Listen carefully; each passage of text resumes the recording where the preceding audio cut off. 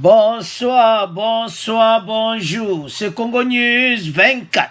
Bande Konanga, comme toujours avant de commencer notre émission, nous disons merci à Dieu. Nous disons merci à nos chers abonnés et téléspectateurs qui nous suivent partout dans le monde entier et en RDC. Bande Konanga, soyez les bienvenus. Émission d'Abissa Lelo Bande Konanga, Tozana ba point et belé. On va commencer d'abord cette émission avec le retour de Fachi à Kinshasa, et puis état de siège, et Bandeko Naituri, justice populaire. Et Yindi Bandeko, Bakei Babomi 9 collaborateurs et ADF. Bandeko Zaya Koyinda l'émission, Oyo, Bokoyo Kabexre, Oyo le Kane Ituri, le Bandeko Nanga. Et de l'autre côté, pour on a yaliboso to clôturer une bonne nouvelle, Oya RDC était ezo koma concrétisé.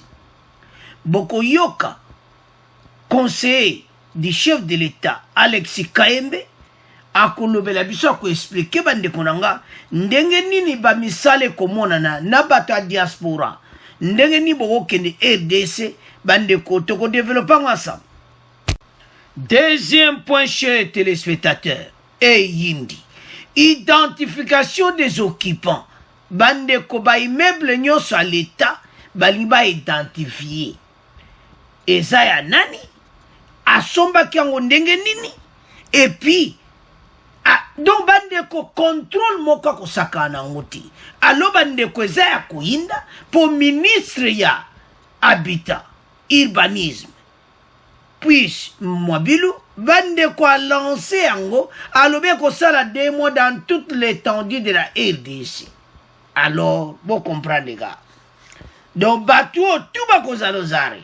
Po banda ko bele ba vanda kana bande ko ba jo banda ko batu. Ba somba ngo kudute ndako à l'état, a comme ça on ndako na yi. Bande ko pendant les 20 ans ba sali ba kama yu na bango mbala oyo. Puis Mabula lui yemo kwa kena terrain. Eza ya kuinda, et si une émission. Donc, eza Mabulu mouchaza 50 parcelles. Alors, toko développons ensemble.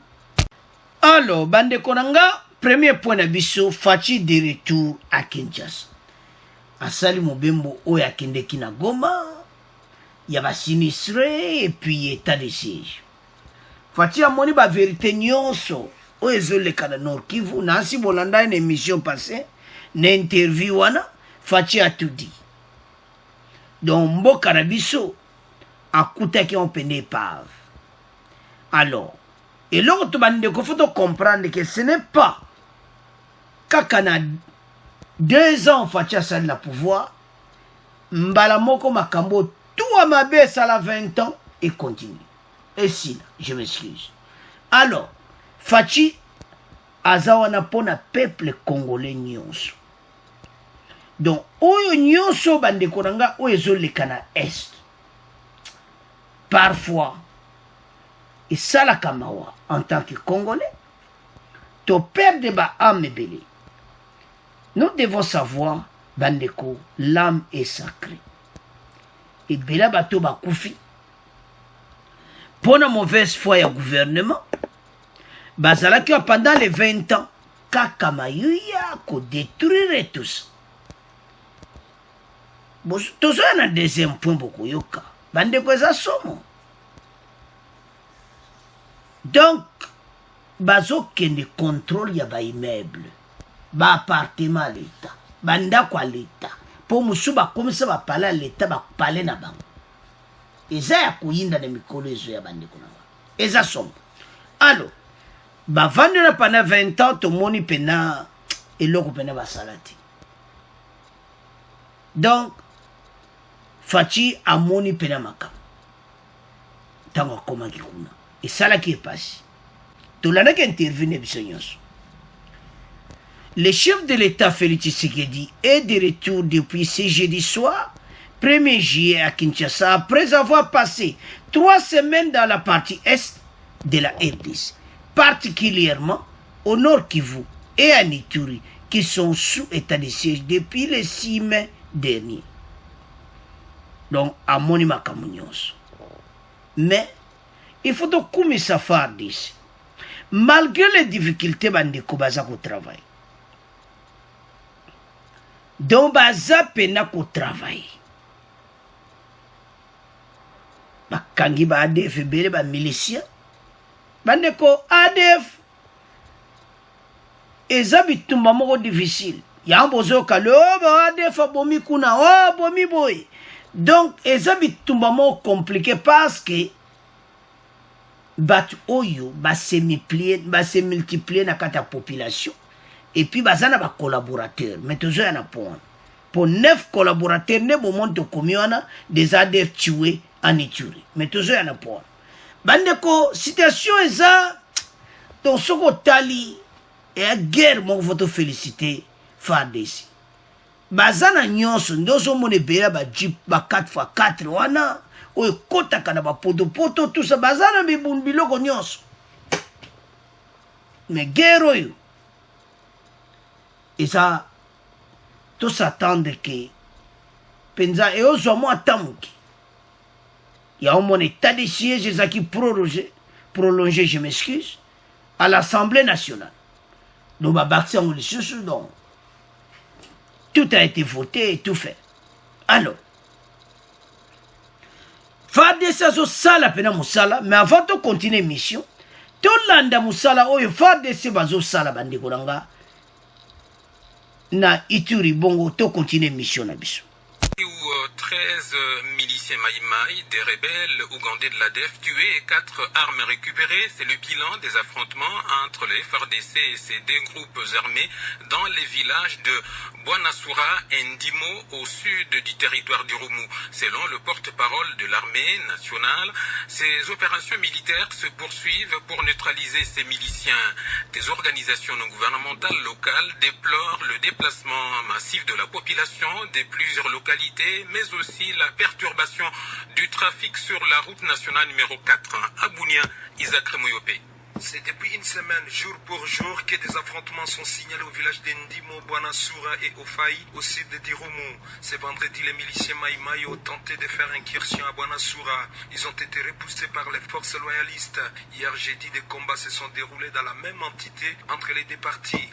L'ONG de défense des droits de l'homme CRDH indique que 8 miliciens ont été neutralisés par les FARDC. Le mercredi, il y a eu des attaques simultanées des rebelles ADF à Ndimo et des Maïmaï contre une position des FARDC à Bouanasoura. Ils ont été mis en déroute par l'armée et 3 ADF ont perdu la vie lors des échanges de tirs. Pour ces 2 derniers jours, le porte-parole de l'armée en Ituri dresse un bilan provisoire de ces opérations militaires de 13 morts du côté de l'ennemi et 4 armes récupérées. Le GCRDH indique que le reste des habitants vident les milliers depuis jeudi à cause de la persistance de l'insécurité.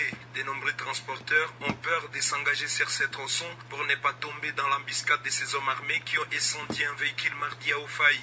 Bunya, Isaac Remoyope. Alors, bande konanga tolandi biso nyonso wana. Donc, armée azo sala musala. Tolandi wana 4 armes récupérées, donc ba bombe quelques ADF et tout ça. Donc, ceux qui ont la talibien, bazo sala vraiment musala yango foto kumisaka bango. Je suis FARDC. Tous en espoir bande kote guerre au Pénécousila. Parce que tozomona chef de l'état azayi kuna asoli na bavoisin bato wana nyonso ndenge nini bakoko aborder guerre bango balongola bato na bango baza kuna et puis baloko nyonso bazonga parce que bayebise bango ke négociation eza te toya po topesa bino chance bobima na zamba boya bino nyonso. Mais il y a quelques miliciens qui le basana samba. Koutu babundana ba ADF danger. Moko. Bango mo basala mabe bazaba congolais et de l'autre côté babundana suna ba ADF ougandais. Donc bandeko situation oyo chaque fois une émission ce que tozolo bango sala kapasi. Pourquoi? Parce que ce que gouvernement oileki ba boda kiango Fatial ngaza na tâche moko difficile azana monte. Mais parce que bango ba yeba ki batiki na bango.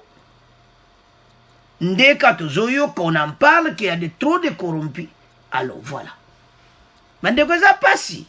Donc tout ceci, quand on voit ça dans la makamboyo, donc tout le monde a tout bien, non.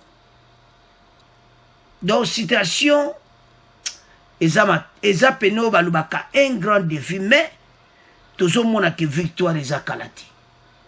Parce que ba puindenge na ndenge fachaji. Donc naba stratégie nae, nandenga solo na be ennemi ba voisin.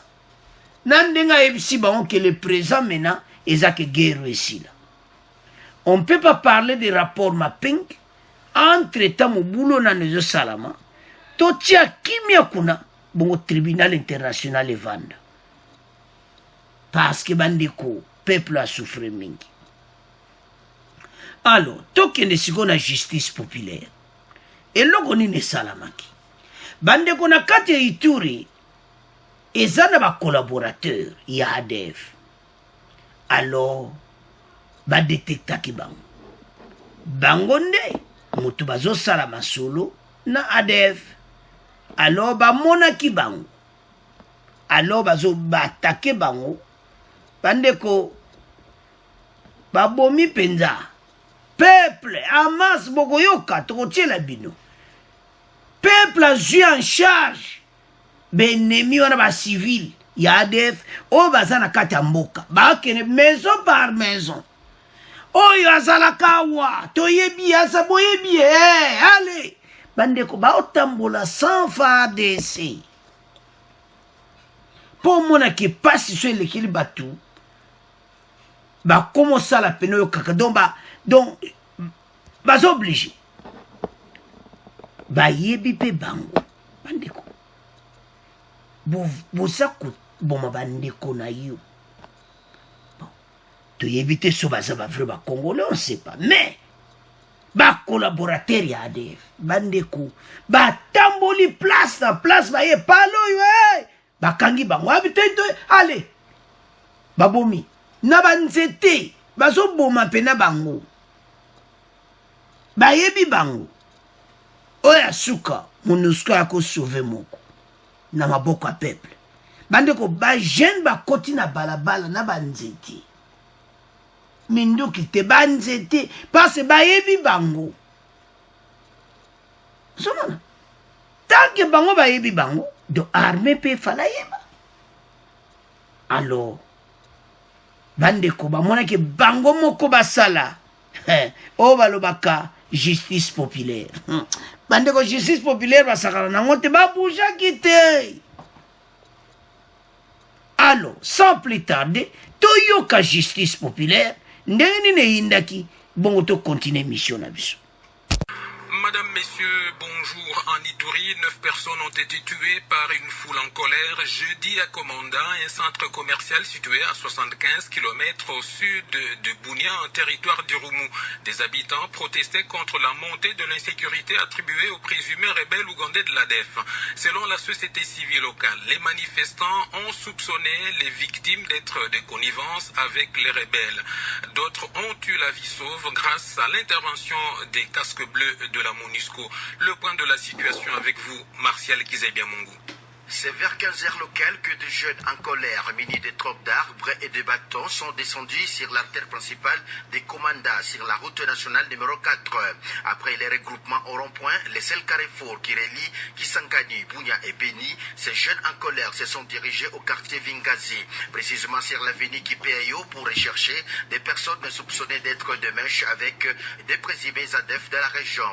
Selon la société civile locale, 4 maisons ont été saccagées, dont une brûlée par les manifestants. 9 personnes qui s'y trouvaient ont été lynchées à mort. Parmi les victimes, cette structure citoyenne parle de 5 hommes, dont un enfant de 17 ans et 4 femmes, ce qui a créé une panique dans les milliers. D'autres civils qui étaient recherchés par les manifestants pour subir les mêmes sorts ont été sauvés grâce à l'intervention des casques bleus bangladais qui les ont conduits aux forces de l'ordre. D'après les sources sécuritaires, des enquêtes sont en cours pour appréhender les auteurs de cette justice populaire. Bunia. Alors, bande konanga to landi biso nyonso wana. Justice populaire. Peuple ye moi du makambo en charge. Babi ndako bazalaka ADF yo. Bandeko balandi de ce sont des jeunes bas s'organiser na marque na bango. FARDC akoma boye donc basi babomaki bato wana tout na banzete kobeta bango donc baaki plein donc bazali bene ebele bo comprendre que population ya mboka bakiti siko na chaque maison hein bayebi bango babomi bango ba collaborateur ya ADF donc ba collaborateur qu'est-ce qu'ils font ceux qui ba moni que FARDC azate ba signaler bon que moni côté FARDC ate donc ba pesi mbongo ba yeba bomi bato ce n'est pas possible alors ba vivre yango peno ba ba justice populaire. Les victimes, toutes membres d'une communauté ethnique locale, étaient soupçonnées d'avoir des acquaintances avec des ADF, responsables des massacres de centaines de civils. Selon la société civile locale, vers 15 heures locales, des jeunes en colère, munis de bâtons, s'étaient regroupés au niveau du rond-point, le seul carrefour qui relie Kisangani, Bunia et Beni, sur la route nationale numéro 4. Par la suite, se sont dirigés au quartier Vingazi, précisément sur l'avenue Kipenayo, pour rechercher des personnes soupçonnées d'être des mèches avec des rebelles, indiquent les mêmes sources. Bon comprendre les gars. Bazalakana balabala nin Kipenayo. Donc, bandeko baye libango nandenga mukete parce que balembi en tout cas eza mawa tolandi biso nyonso wana bandeko na ngai donc bakangi bango donc oyo kaka suka na frappe o balobaka frappe ndako wana yazalaka wana le bakoti ban oyo kaka justice populaire na banzete hein peuple tura lobi non biso sikoto FARDC wazate tokende biso moto sala masulu FARDC koma bo déjà basi baboma bato wana parce que FARDC yozo kanga bato no tie ba on a prison mais baza bato baboma bato ba collaborateur ya ADF bandeko ADF azo se multiplier na population. Et c'est difficile guéro, mais alors peuple siko ya lobité. Makamusu FARDC moi à comprendre yati. Biso zalaka. Toyebi tatana za collaborateur ADF. Toyebi bande ko za lokola ba kize bango entre bango. Babité tozo kufa to. Tala tozo kufa. Tala bato bazo boma biso. Tala bato bazo signaler que l'ero yo FARDC ate ADF aye. Pour so FARDC ADF oyate. Ande ko ça passe. Donc soko tali o kina mawa. Alors, il fallait que ça la maboui.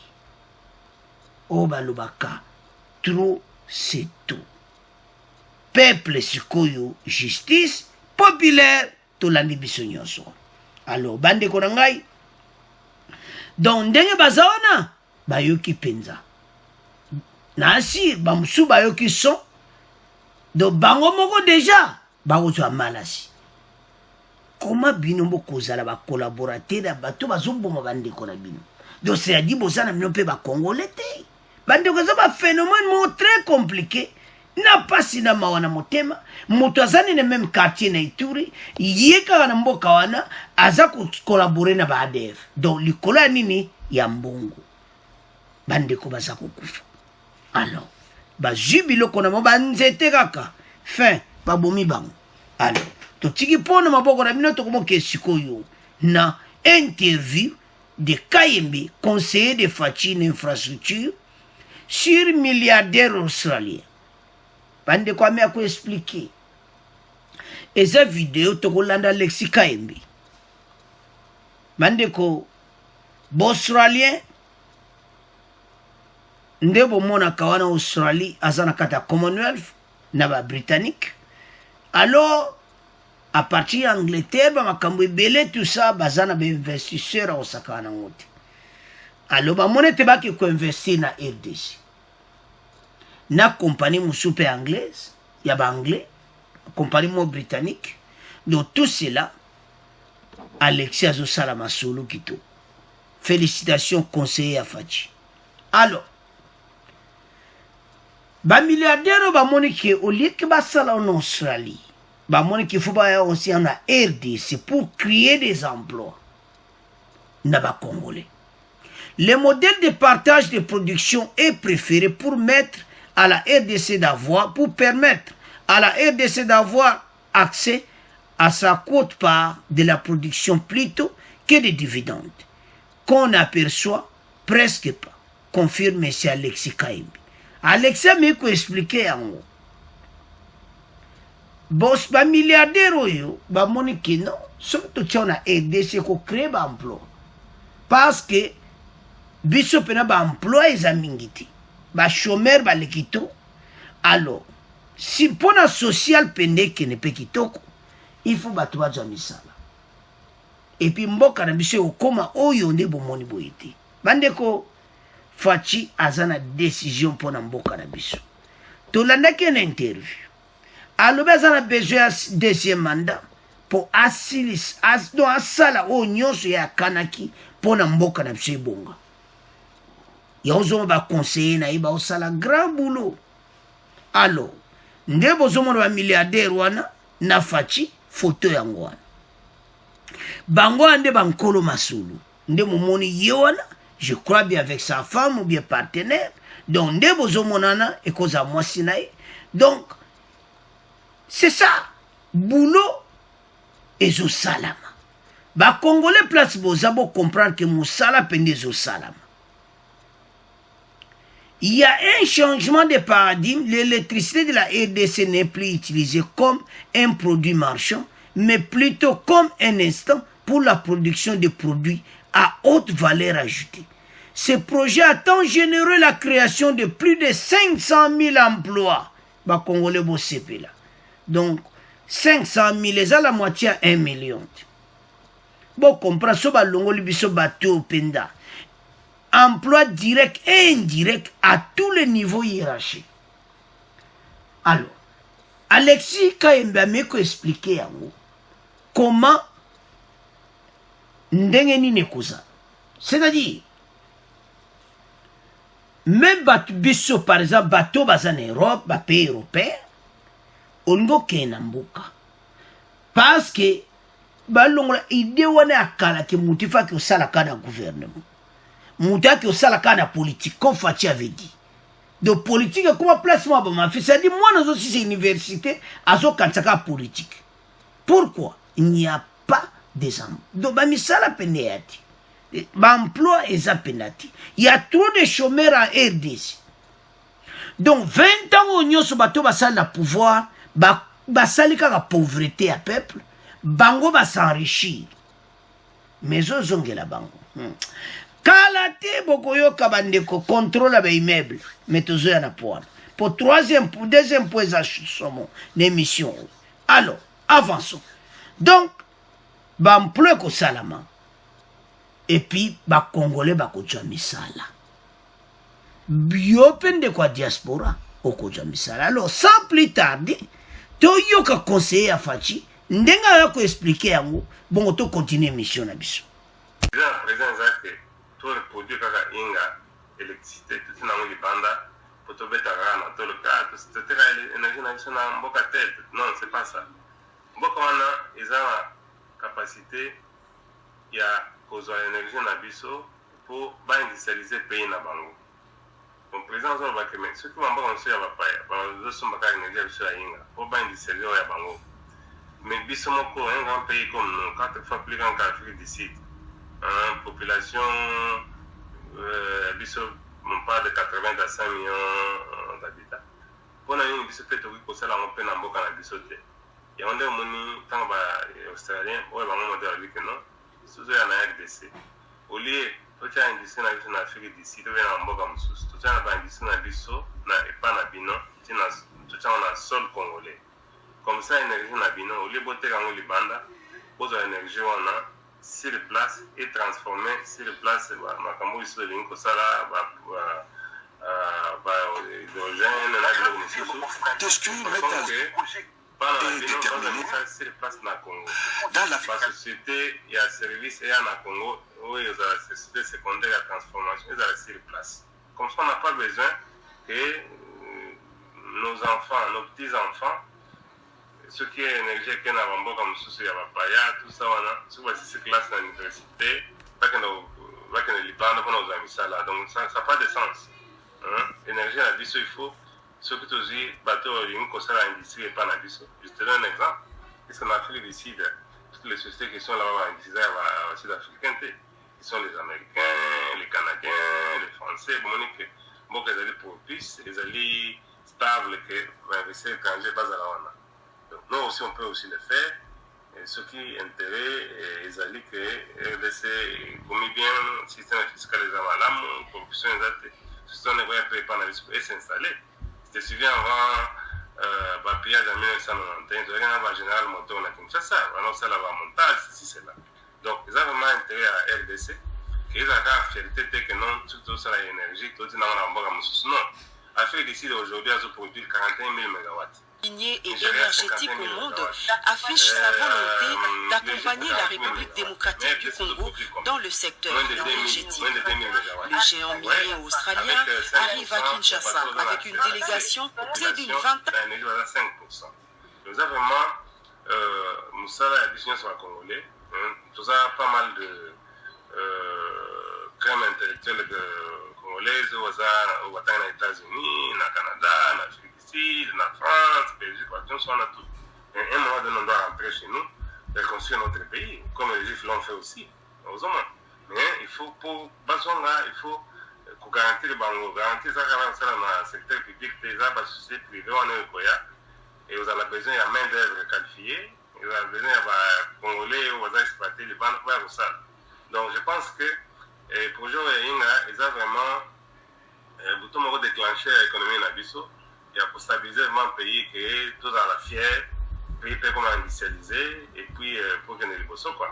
Donc c'est pourquoi le modèle économique australien, que non, au lieu d'installer des usines Liban, de courant, c'est votre courant, tout installer des usines dans la RDC, tout engager la jeunesse, les filles, diaspora, les bandes ont besoin que vous allez en poto, que vous allez en Mboka, du moins, terrain, conditions, nous allons en prendre. Voilà ce qui est important dans le projet. Alors, bandeko nanga tolandi biso nyonso. Donc bandeko baza na diaspora tolandi wana bo excusez moi kombelo msunde toyoki na mo bason bo excusez côté wana. Mais elodon ntolo ba kebiso tolandi Alexis Kayembi. Bandeko mususu baza na États-Unis, Angleterre, France, Belgique, donc, na diaspora partout. Atanga aza licencié. Donc, akregozo azonga na mboka kekosa. Ba société yangwana. Oza cadre, otanga. Donc, mboka soke bongi. Chômage kosila na RDC. Et puis, bata diaspora. Puis, beaucoup de misala kozwama. Donc, c'est ça. Bandeko, pays se développer. To landi wana soso landa vision. Olande Kayembe expliquant on comprend que vision peneza kitoko. Donc mboka c'est comme ça développement mboka ezalaka. Afrique du Sud lelo. Ce que je komaki en puissance à ma case. Ben investisseur. Tant doza ko attirer ben investisseur na mboka na biso. Passe liboso zakini. Ben investisseur wana bakoya bakuta poto. Gouvernement na 20 ans ko tala. Elle me pesa colère ni pena koloba ngote po.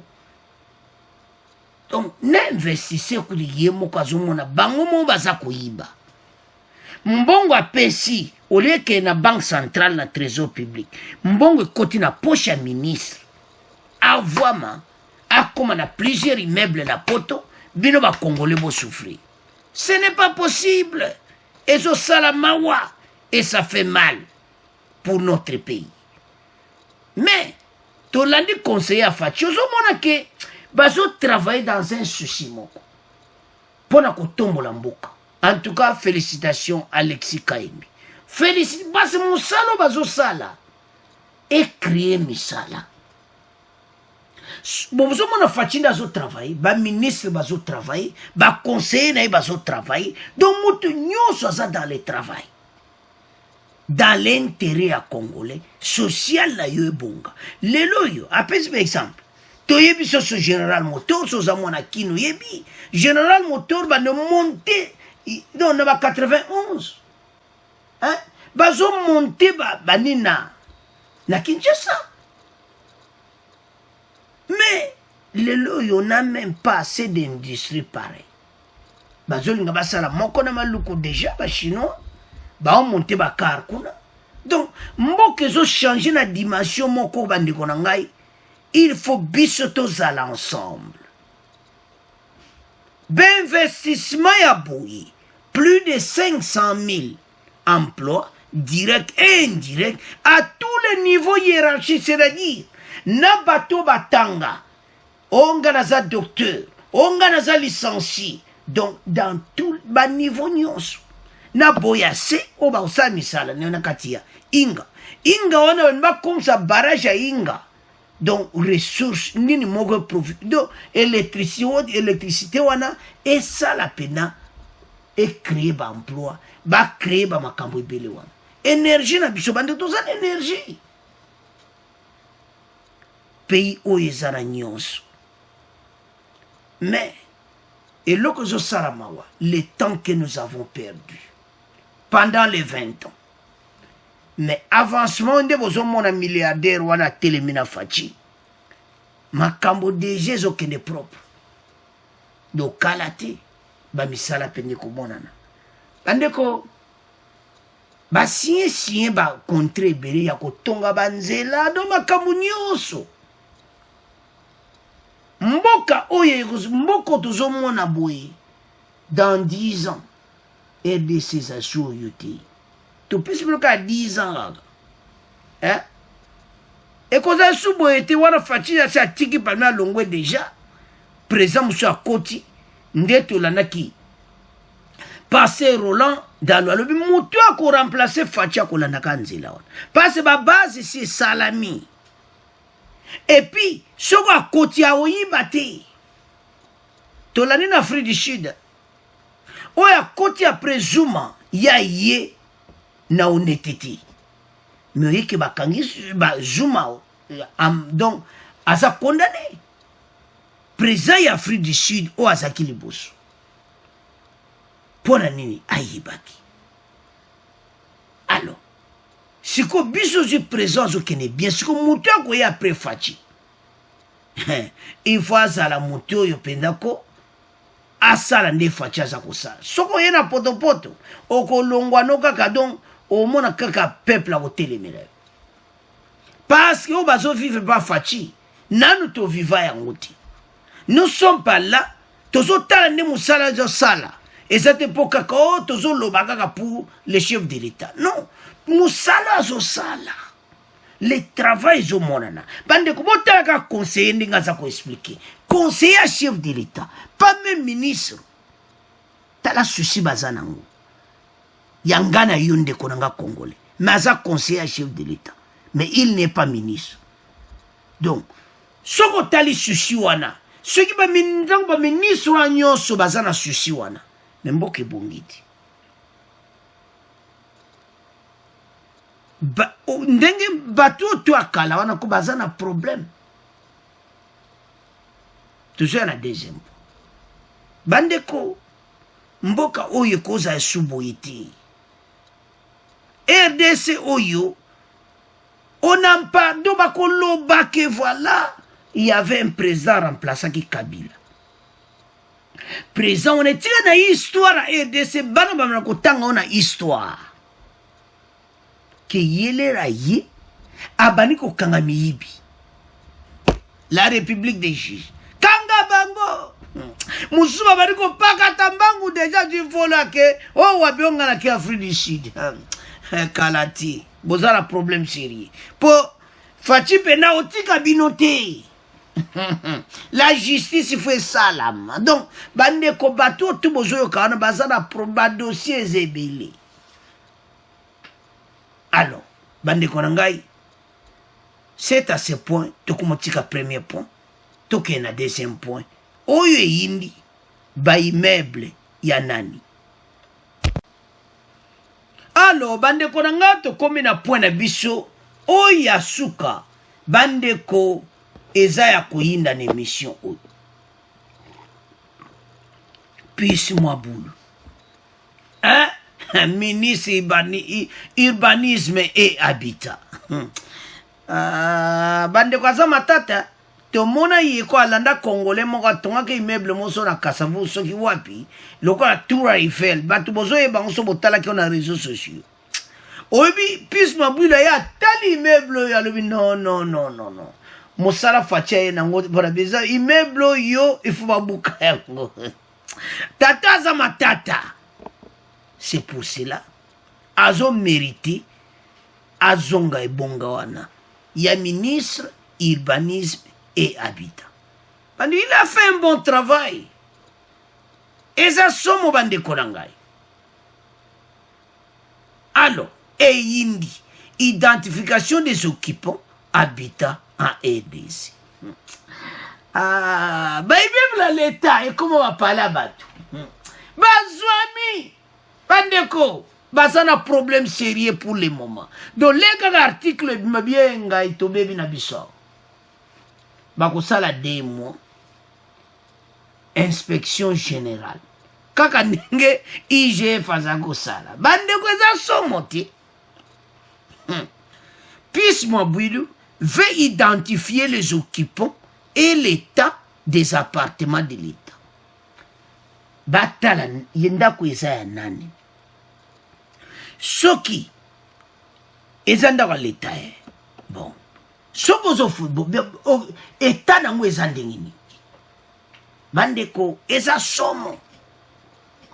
L'opération d'identification des patrimoines immobiliers de l'État a été lancée le jeudi 1er juillet à Kinshasa. Ezaya Koinda et Seyindi par le ministre de l'urbanisme et habitat à travers une commission émise sur mise. Bandeko eza somo. Commission evandi balobi sikoto yeba immeuble na nani. Na wana eza immeuble ya ancien premier ministre. C'est qui? Oh Muzito. Ya ye Buke Zuwan. Ya nani? Oh Muzito. Bande goza ko ina na émission bazana problème sérieux. Temsa ki bino angweko koka. Nous avons tout récupéré. Il faut tout récupérer. Ozana 3 ndako. Botikile kaka moko bo pesa ye. Le denda ko botoli. Omona mutaza na 10 maisons.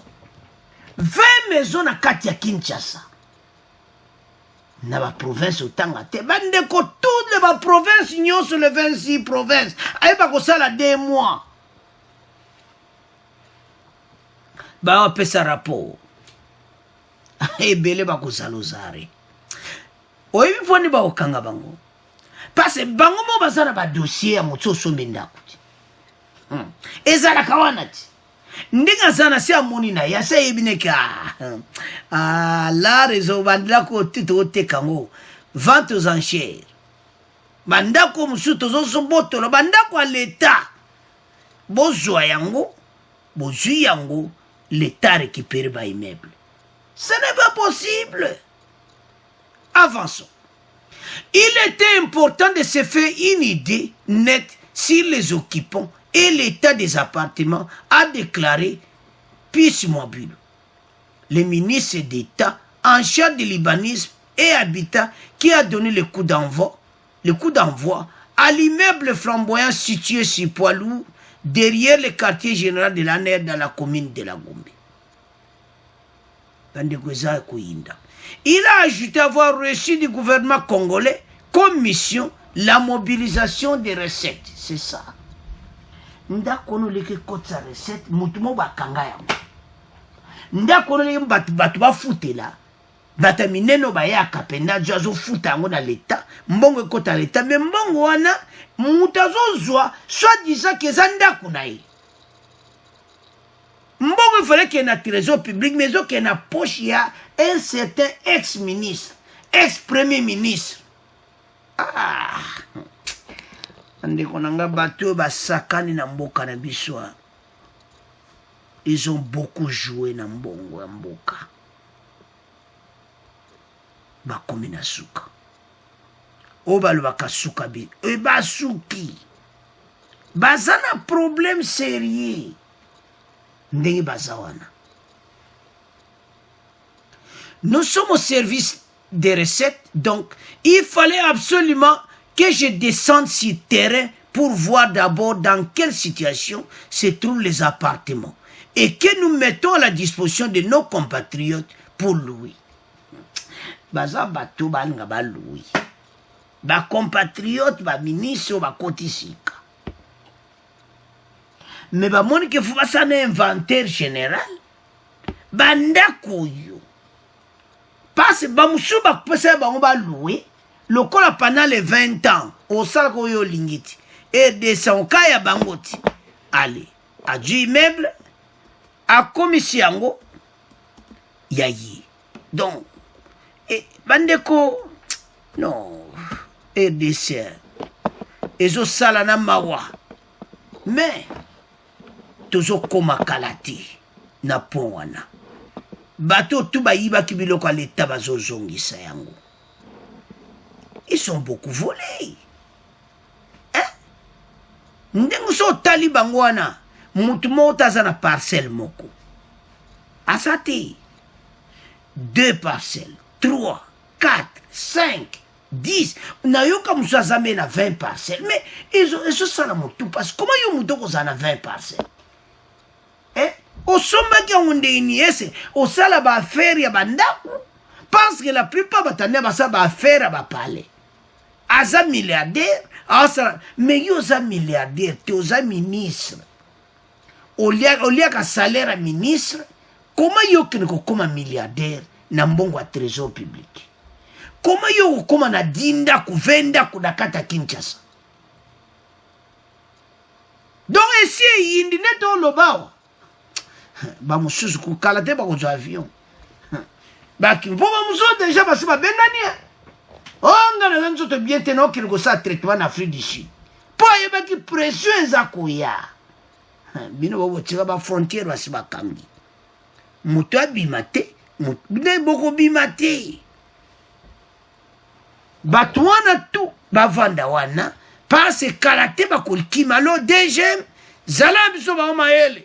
Oh que noa na ke mission te. Zana to benga non tout justement yaza un problème ba immeuble yaza na dindaku bandeko solution za simple au moni piste mobile au mo bandaku basombaka ba dossier za la akuna bwe ba fuye bataraga bwe ça c'est ce dossier il avait acheté ça ah batala mutu mususu nkolo nango asakena. Bandeko, quand Mobutu avait quitté ce pays, quand Mobutu a quitté Mboka na biso, ba immeuble ba konko zango don ndenge moko impossible. Bazo botre ba immeuble même bato ya Mobutu bazalaka ba somba bandako na bango. Oh, mais quel esprit. Bobotre ba pala bato. Eh, naba musuba ye. Ah, Nzambe, ils ont ça la passe. Ba boto la banda kwa bato. Et comme étant. Ba yeba. Et Yezaya nani. Nana zoko kipenda kuyo. Appartient à qui? À son baki en combien? Ezaya koyinda. Et si yindi parce que pour le moment, bato tout ba yiba les deniers publics. Ba on soupe à teka. Les gens ont le dossier, mon j'avais acheté ça. N'est pas ministre, ministre n'a no boy. Ah! Bon, yo, ngana soma qui pas ministre boy. Ah! Wa ba libanais. Pour ba libanais ba qui ba immeuble, mais immeuble wa na. Et ça l'état mais somba on pas ministre. Donc ba job à biloko à l'état ba. Donc ah non. Bandeko ba ressources ya mboka efe ezonga.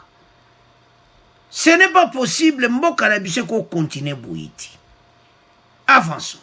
En effet, l'État congolais dispose de patrimoine immobilier dans plusieurs villes du pays.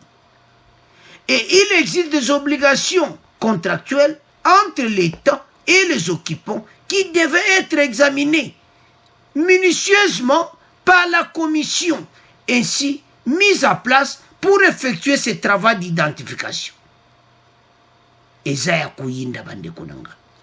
Cette opération concerne toutes les provinces de la RDC et prendront près de 2 mois. Mboka na biso mboka RDC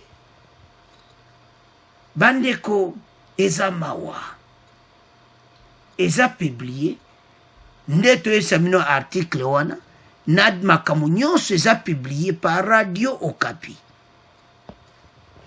Siko de vérité bazokokanga batuyo en cascade. Batuyo bazana place à kokimate. Comment yo mutu oza plus de 15 ndako, plus de 10 ndako. Mais ozaki ministre. Salaire no ministre wana. Ata kuti bachango kombe ko paye ba pala gombe wana te. O mo apena kati ya gombe. Ma campagne, joli parc. Oh boy. Ah. Bozana problème sérieux. Mandeko bazwa bandako ya bato mosusu babotola. Siko badossier mena pisi mabwilo asa umeli wana te. Bandeko abeti déjà 2 ans. Eza ya koyinda parce que ayebi mutu nyonso. Ero na mwasa autrement te azaki na FCC. Siko azani union sacrée. Kisalume banda. Alors baluka nzela kokende parce que bazana problème. Parce que puis mon bel ami na otika binote. Alors bande konanga eza ya koyinda, c'est à ce point to comment clôturer mission na biso bandako ya l'état et comment bandako ya batu. Ba mususu ba comment son a combien de parcelles. Alors bon abonner massivement, bon partager. Merci na ba commentaire na bino. Au revoir, à la prochaine.